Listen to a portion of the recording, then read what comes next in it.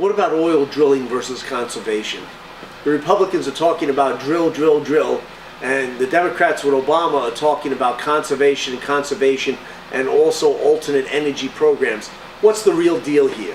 The real deal is rather simple. This country uses about 22 million barrels per day of oil, all right? I don't care how much you drill. Maybe you find on the continental shelves of the United States, up in Alaska, maybe you find another 2 million, 3 million barrels per day, and it would take a couple of years to get it out of the ground and into pipelines and into the system, all right? So that's where you max out. But on the other side, with Obama, the answer is not completely conservation. There's only so much you can conserve.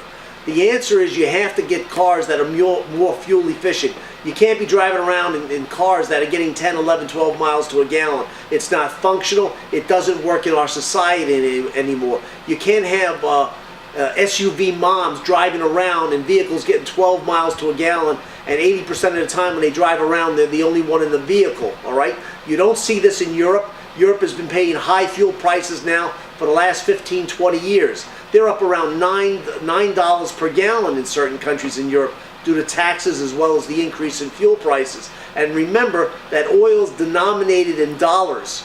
So our dollar has decreased radically versus the purchasing power of the euro.